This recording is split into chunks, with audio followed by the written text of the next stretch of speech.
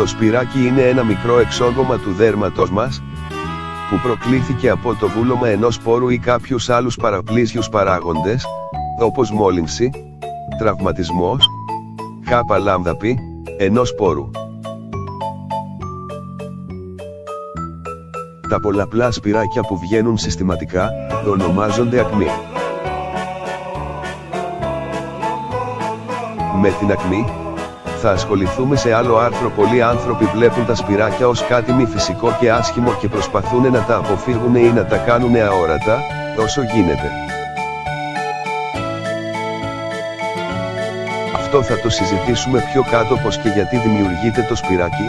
Ένα σπύρι δημιουργείται όταν κάποια νεκρά κύτταρα του δέρματός μας προσπαθούν να αποβληθούν από το δέρμα μας, αλλά δεν τα καταφέρνουν.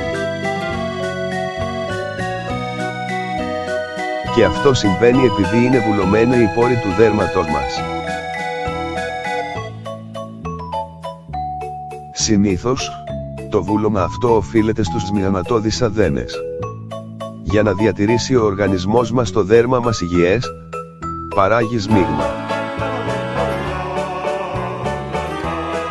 Έτσι, από ένα σημείο και μετά, το σμίγμα αυτό λειτουργεί αρνητικά για το δέρμα μας και βουλώνει τους σπόρους. Αυτό έχει σαν αποτέλεσμα να μην μπορεί να εξάγει ο οργανισμός τα νεκρά κύτταρα, να δημιουργεί ένα σπυράκι, ώστε να εξαχθούν με τεχνητό τρόπο από το δέρμα μας. Η βρωμιά από εξωτερικούς παράγοντες, καυσαέρια, ατμοσφαιρικά μικρόβια που κολλάνε στο δέρμα μας, λάμδα-π, μπορούν επίσης να προκαλέσουν βούλωμα ενός σπόρου και να δημιουργηθεί σπυράκι για αποβολή νεκρών κυττάρων. Τι είναι τα σπυράκια με το πίον? Τα σπυράκια με πίον ακολουθούν την ίδια λογική με αυτή που προαναφέραμε. Η διαφορά όμως εδώ είναι ότι δεν προσπαθεί ο οργανισμός να αποβάλει μόνο νεκρά κύτταρα του δέρματος μας. Το πίον είναι ένα άσπρο υγρό, που είναι αποτέλεσμα μιας μάχης που έδωσε ο οργανισμός για να καταπολεμήσει κάποια μικρόβια που εισέβαλαν στον οργανισμό μας. Για να το πούμε απλά, το πίον είναι σκοτωμένα μικρόβια και σκοτωμένα κατάλοιπα από τον αμυντικό μηχανισμό του οργανισμού μας, που δημιουργήθηκαν κατά τη μάχη και που πρέπει να τα αποβάλει. Έτσι αυτά τα κατάλοιπα αποβάλλονται με αυτόν τον τρόπο, το σπυράκι με πίον. Πολλοί άνθρωποι έχουν την τάση να σπάνε τα σπήρια. Αυτό είναι εμέρι λάθος. Για να το πούμε απλά, με το που σπάσουμε ένα σπυράκι, προκαλείται πληγή και είναι πολύ εύκολο να μολυνθεί, άρα να ξαναδημιουργηθεί σπυράκι.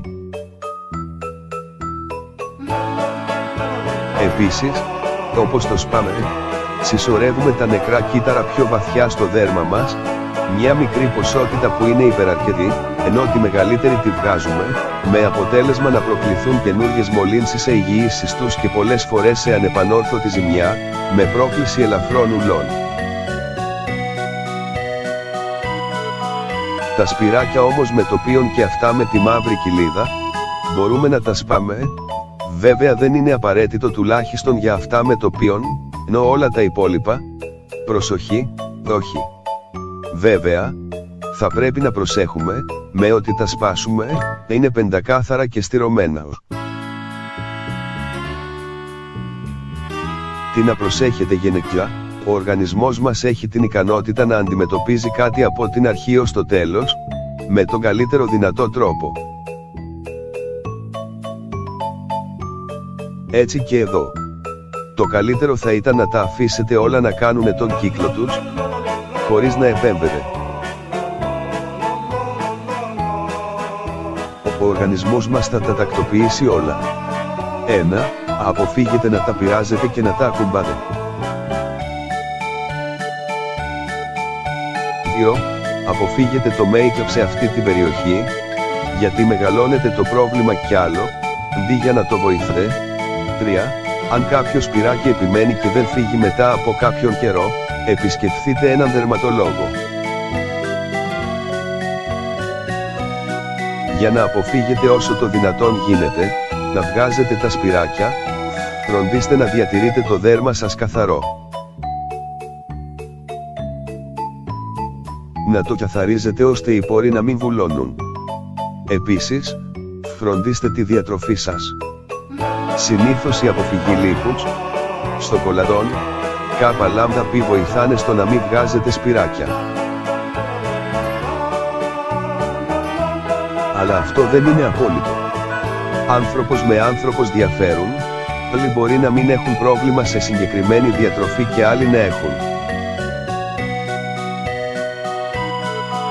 Οπότε δείτε ποια είναι για εσάς η επιβλαβής διατροφή και αποφύγετε την. Τέλος, αποφεύγοντας το στρες, θα σας βοηθήσει στο να μην βγάζετε σπηριά, φυσικά σε συνδυασμό με τα παραπάνω. Σημείωση, μη συγχύετε την ακμή με ένα απλό σπυράκι. Η ακμή είναι αιτία εντελώς διαφορετικών παραγόντων, όπως προδιάθεσης του οργανισμού, τρόπος αντιμετώπισης τοξινών, και άλλοι παράγοντες που διαφέρουν από άνθρωπο σε άνθρωπο. Είναι πολύ απλά, κάτι διαφορετικό, αν και υλοποιείται με σπυράκια.